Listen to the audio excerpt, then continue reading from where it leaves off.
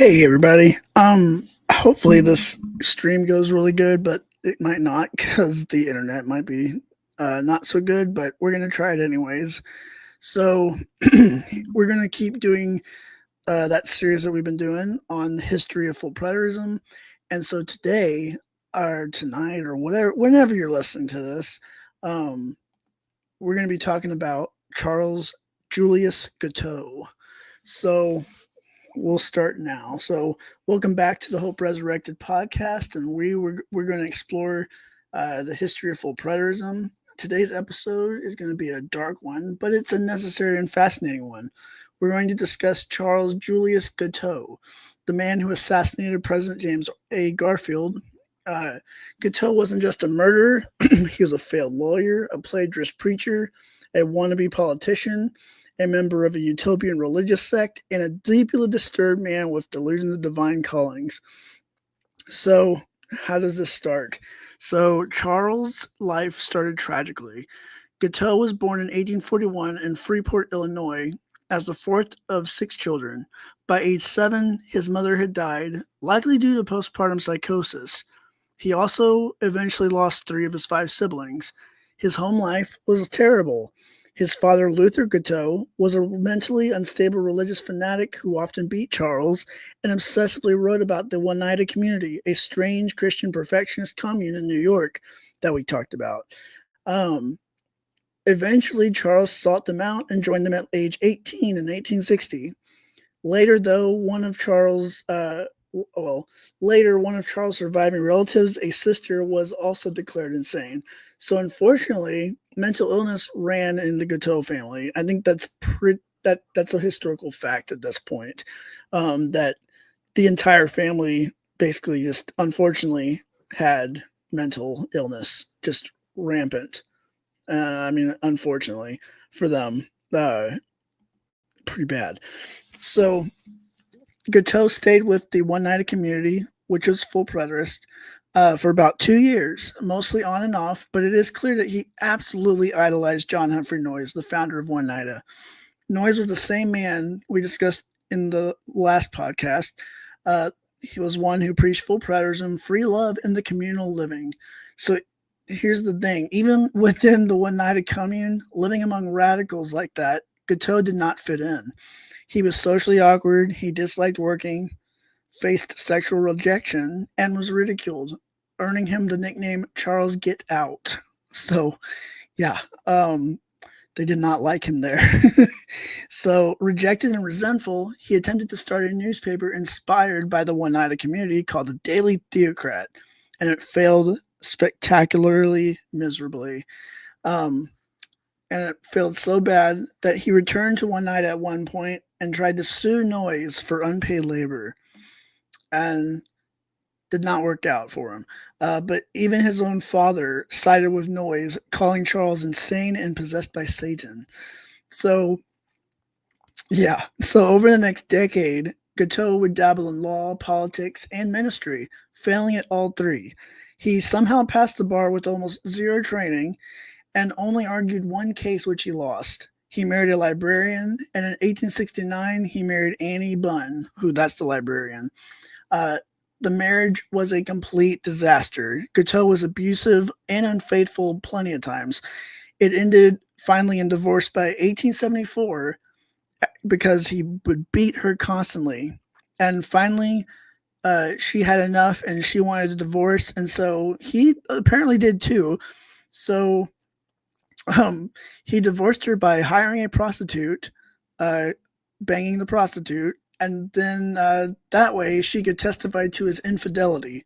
And this is also where he apparently got syphilis, which likely contributed to his increasingly psychotic behaviors. So, yeah, fun story there.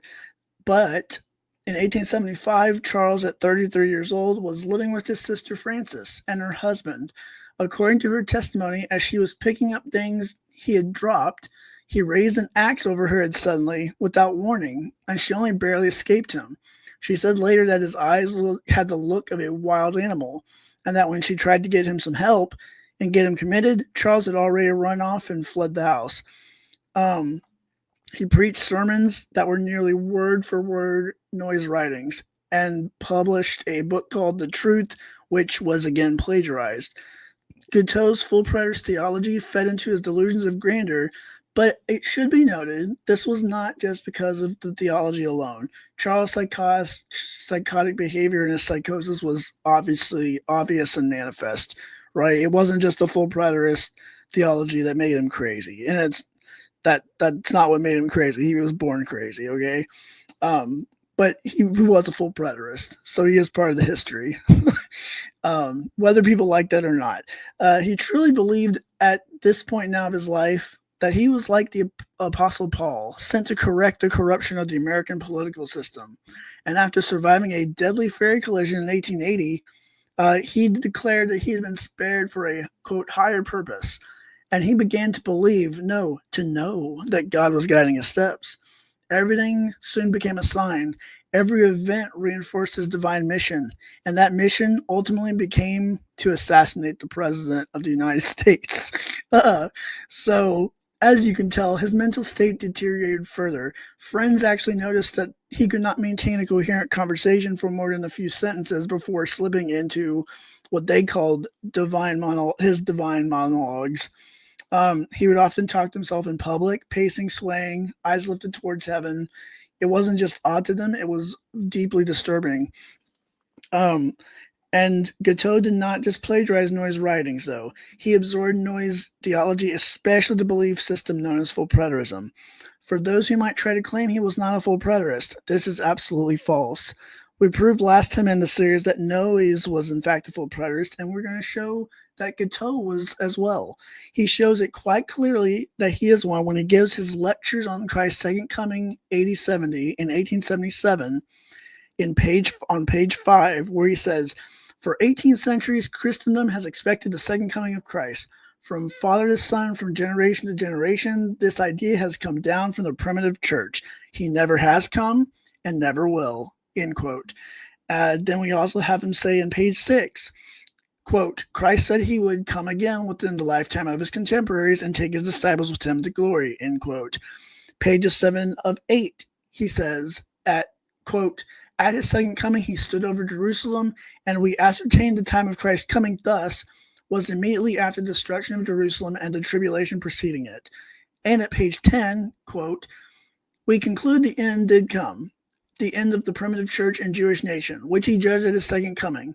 And if you ever read this lecture, he sure sounds a lot like Don Preston. I'm just saying. I'm not saying Don Preston's a psycho like this guy, but I am going to say he sounds a lot like Don Preston and a lot of full preterists that I've actually read and spoken with. He sounds a lot like them.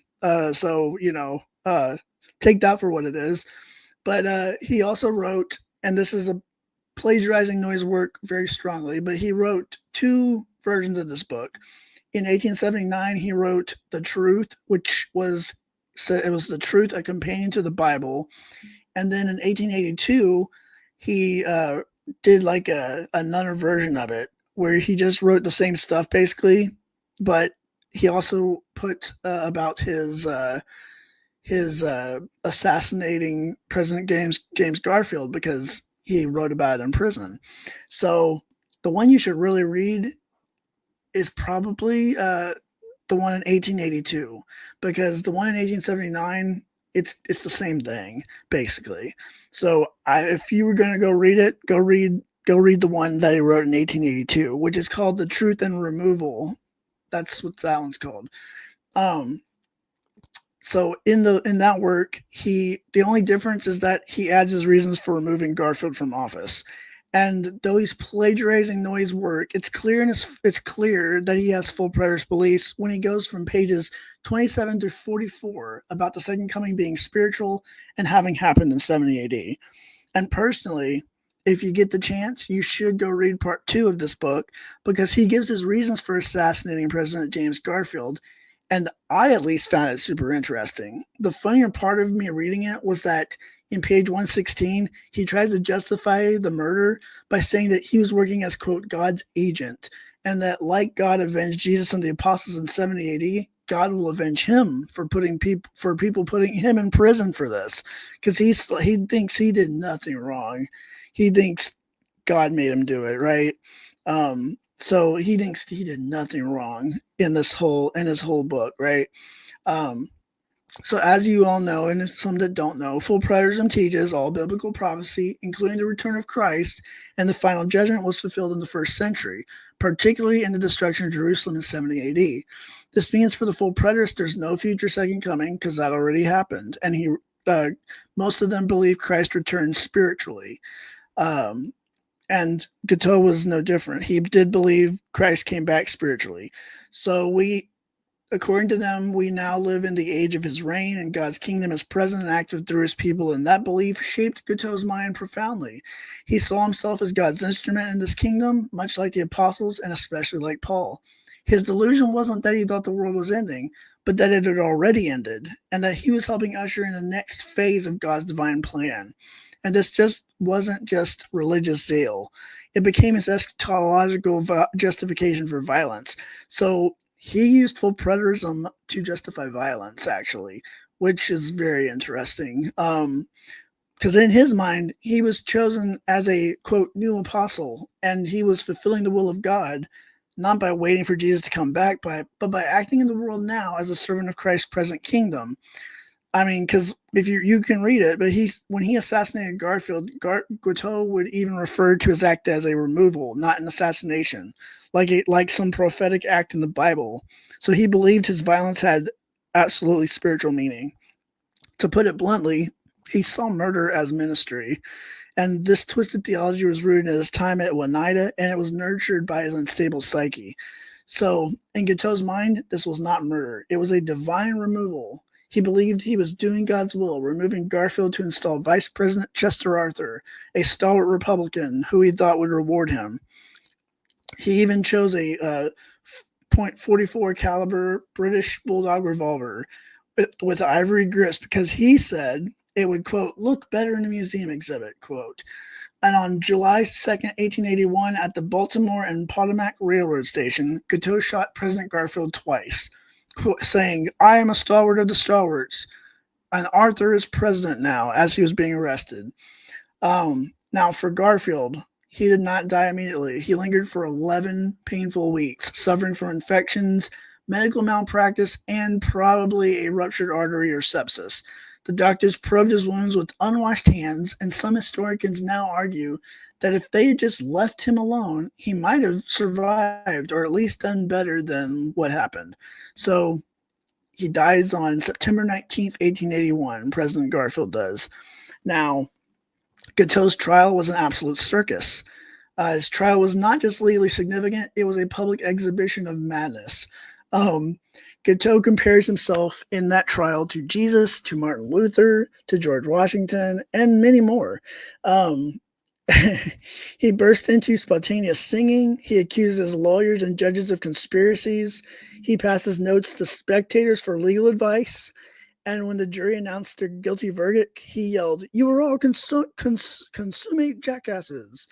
So, he's a very interesting character. Just how nuts he actually is. And his sister Frances, she's the one that actually went insane later. And we talked about her earlier. She's the one that went up to the stand, and she was weeping and telling the court about that day in 1875 when Charles tried to kill her with an axe. She went there pleading for mercy for him to the jury, but the jury they were like, we've had enough with this. So they did that, and he was shouting at the judge, cursed at the lawyers, recited more poetry, and claimed God made him do it. And he believed he would be acquitted. He thought he was going to go on a lecture tour and run for president in 1884. So, the defense used was actually one of the earliest temporary insanity pleas. And a psychiatrist went there to testify that Guiteau had, quote, never been anything but insane, end quote. The jury, however, did not care. They didn't buy it. They found him guilty, and they sentenced him to death by hanging. So, yeah. So Guiteau's last days were very bizarre also. He went to the gallows smiling, and in his final words, he called President Arthur an ingrate because he hadn't, apparently Arthur was supposed to set him free, but obviously Arthur didn't because dude just tried you killed the president. I'm only president because you murdered the former one. Like this is crazy. I'm not gonna do that. So he waved to reporters, smiled at the guards, and he requested an orchestra to play while he recited his final poem, "I'm going to the Lordy." That was what his poem was. That request was obviously denied, and on June 30th, 1882, nearly a year after the shooting, Guiteau was finally hanged. So, was Guiteau really like an evil guy, or was he just broken? I'm gonna say sort of no to both actually, because I personally find I find his story tragic. Okay, so his mother died young, likely from the effects that came from postpartum psychosis, and his father was abusive. His father was likely mentally ill as well. He likely inherited both parents' mental illnesses, and we know that it passed through their family because his sister, Frances, also became clinically insane later. So, you know, he likely inherited both of his parents' mental illnesses, and he then would go out through his whole life suffering rejection, poverty, isolation, and delusion of divine mission due to his mental illnesses. And while there's not any excuse, obviously, for murdering and assassinating the president, um, after learning about him and reading his works and just learning about him in general, I often, like, since I've known about it, I've often wondered what would have happened and who Charles would have become if he could have received good mental health care, therapy, and at a minimum, a loving father and a loving home. Because if you read his writings, you see, like, yes, he's a plagiarist. He cons people eventually. Like, he does a lot of crazy stuff, right? He's not a stupid guy, though. He's crazy, but he's not stupid, right?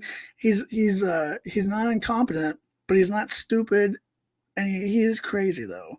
Um, but most of his problems stem from mental issues that were untreated. And so I feel like his story should remind us all that of what can happen when delusion, neglect, and theology can be combined into something dangerous. So that's all I've got on that. But thank you for listening. And if you enjoyed this, hit like and subscribe. Next time, I'm probably going to do, if I continue this series, I'm going to probably do one on Robert Townley, the first documented full preterist.